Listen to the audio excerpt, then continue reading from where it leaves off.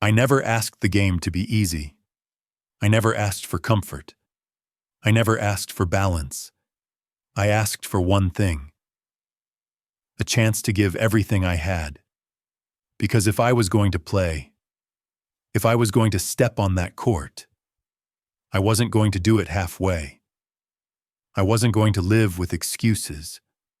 I wasn't going to live with regret. I wasn't going to wake up one day and wonder what if. I made a decision early on, not when it was popular, not when it was convenient. A decision that most people are too afraid to make. I decided that if I failed, I would fail knowing I emptied the tank. People love to talk about talent. They love to talk about gifts. They love to talk about luck. But talent doesn't wake you up early. Talent doesn't stay late. Talent doesn't show up when you're tired, injured, frustrated, or doubting yourself. Commitment does. Most people want the result. They want the rings. They want the applause. They want the highlight. But they don't want the loneliness. They don't want the repetition. They don't want the boring days where nobody's watching. I lived in those days. I learned something very simple. You don't accidentally become great. You don't stumble into excellence. You don't drift into discipline. You choose it. Every single day. Not when you feel good. Not when it's easy. But especially when it's hard. I wasn't chasing happiness. I was chasing mastery. Because happiness fades, motivation fades, feelings lie. But standards? Standards don't care how you feel. I held myself to a standard that didn't negotiate, didn't ask for permission, didn't wait for approval. That standard became my identity. People ask me all the time, "Why did you work so hard?" That question tells me everything. Because if you have to ask that question, you don't understand the love. When you truly love something, you don't count the hours. You don't complain about the sacrifice. You don't negotiate with the work. You give yourself to it. Fully. I knew something most people don't want to admit. If you want to be uncommon, your life can't look like everyone else's. While they're sleeping, you're studying. While they're resting, you're refining. While they're talking, you're working. Not because you're better, but because you're committed to a different outcome. I wasn't trying to be better than anyone else. I was trying to be better than who I was yesterday. That's the real opponent. That's the real fight. And that fight doesn't end. Not after a win. Not after a loss. Not after success. It ends when you stop showing up. Most people quit long before they're empty. They quit when it hurts. They quit when it gets uncomfortable. They quit when the results don't come fast enough. I kept going. Because I understood something very few people do. The pain you avoid today becomes the regret you live with tomorrow. I didn't give everything to the game because the game owed me something. I gave everything because I owed myself the truth. The truth of knowing I didn't hold back. The truth of knowing I didn't cheat my potential.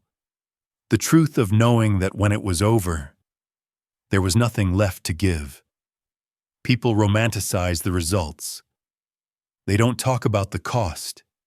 They don't talk about the mornings when your body begs you to stay in bed and your mind tells you it's okay to rest. That's where discipline lives. Discipline doesn't show up when it's convenient. It shows up when nobody would blame you for quitting. I learned early on that discipline is a decision you make before your emotions get a vote. There were mornings where the world was asleep and I was already working. Not because I wanted applause, not because cameras were watching, because I understood something simple. If I waited to feel ready, I'd never be ready. So I trained before I felt good. I worked before I felt confident. I showed up before I felt motivated. People call it obsession. I call it respect. Respect for the game, respect for the craft, respect for what's possible when you stop negotiating with yourself. You can't fake that level of respect. You can't shortcut it. You can't borrow it from anyone else. You earn it rep by rep, day by day alone. Loneliness isn't a side effect of greatness. It's part of the process. There are moments when you realize nobody else wants this as bad as you do, and that's okay. Because greatness is not a group project. There were days I trained when my body was broken. Pain didn't ask permission. Injuries didn't wait for the right time. Doubt didn't care about my goals. But pain also taught me something. Pain is information. It tells you where the edge is. Most people stop at the edge. I learned to live there. I didn't ask myself, how do I avoid pain? I asked myself, how do I work through it? Because pain doesn't disappear when you ignore it. It just comes back louder. There were losses that stayed with me. Mistakes that replayed in my mind long after the crowd went home. But I didn't run from them. I studied them. Failure became my teacher. Criticism became fuel. Doubt became a reminder that I still cared. Most people protect their ego. I protected my standards. Ego wants comfort. Standards demand growth. Ego says, you've done enough. Standards say, you're not there yet. I listened to the standard, every time. This wasn't about proving people wrong. It was about proving myself right. Right about the work. Right about the sacrifice. Right about the belief that if I stayed committed long enough, the results would have no choice but to follow. Discipline isn't loud. It doesn't announce itself. It's quiet. It's repetitive. It's boring. And that's why most people avoid it. But that boredom? That's where separation happens. While others were chasing balance, I was chasing precision. While others were chasing comfort, I was chasing mastery. Because comfort fades, but mastery compounds. I wasn't afraid of being tired. I was afraid of being average. I wasn't afraid of failing. I was afraid of knowing I could have done more. So I did more, and over time, something shifted. Discipline stopped feeling like punishment and started feeling like freedom. Because when you've done the work, you walk different. You think different. You compete different. You don't hope you're ready. You know. People love the phrase, they wear it, they post it, they repeat it, but very few people understand it. Mamba mentality was never about intensity. It was never about being loud. It was never about proving something to the world. It was about one thing, an uncompromising standard. Most people measure themselves against others. I measured myself against what I knew I was capable of.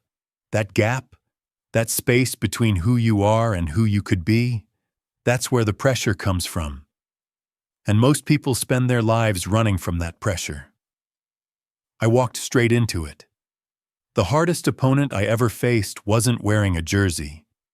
It was the version of myself that wanted comfort, that wanted excuses, that wanted permission to slow down. That version shows up every day, and every day you have to decide who wins. Mamba mentality isn't about motivation. Motivation is unreliable. It disappears when you're tired. It disappears when you lose. It disappears when nobody claps. Standards don't disappear. Standards show up even when your confidence doesn't. I didn't ask, did I do better than everyone else? I asked, did I meet the standard today? And most days, the answer was no. That honesty, that's where growth starts. People think confidence comes from winning. It doesn't. Confidence comes from preparation. From knowing you did the work when it wasn't fun, when it wasn't exciting, when it wasn't guaranteed to pay off. That kind of confidence can't be taken from you. I never chased perfection. I chased progress with intent. Small details, footwork, angles, timing, decision-making under pressure. Excellence lives in the details that nobody tweets about. There were moments when the doubt got loud, moments when the question crept in. What if this is as good as it gets? That question scares people, because if you answer it honestly, you either accept mediocrity or you change everything. I chose to change everything. Mamba mentality means you don't lie to yourself. You don't hide behind past success. You don't blame circumstances. You don't wait for conditions to be perfect. You adapt. You adjust. You attack the weakness relentlessly. Some days the weakness was physical. Some days it was mental. Some days it was emotional. But ignoring it was never an option. Because whatever you ignore eventually controls you. I learned to respect fear, not run from it, not deny it. Fear is a signal. It tells you where the work is. So instead of asking, "How do I get rid of this fear?" I asked, "How do I become someone this fear no longer controls?" That's the shift. From trying to feel fearless to becoming prepared. From hoping things work out to knowing you've done enough to handle whatever happens. This mentality isn't glamorous. It isolates you. It demands patience. It asks more from you than most people are willing to give.